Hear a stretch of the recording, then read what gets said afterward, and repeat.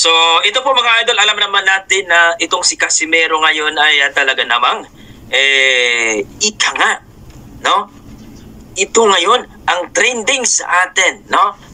Kahit last laban pa niya ay Oktubre, pero ito po ngayon, si Cuadrales pa rin ang ating pinag-uusapan. Although nanalo po si Magsayo, ang kanyang kalaban po kahapon mga idol ay si Mercado na rank number 666. Nadia, Jinan, set out tayo dyan. Idol, kumusta ka na?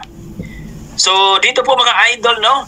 Na congratulations din kay Magsayo na tinalo ba niya via TKO ang rank number 665 ata yun, no? Si Mercado at tinalo po niya. So, yan po kasi mga idol, no? Kailangan natin maintindihan na hindi talaga bibigyan ng kahit na nga itong si Magsayo ay tested na yan kasi nagiging world champion na rin yan sa 126 pero binibigyan pa rin ng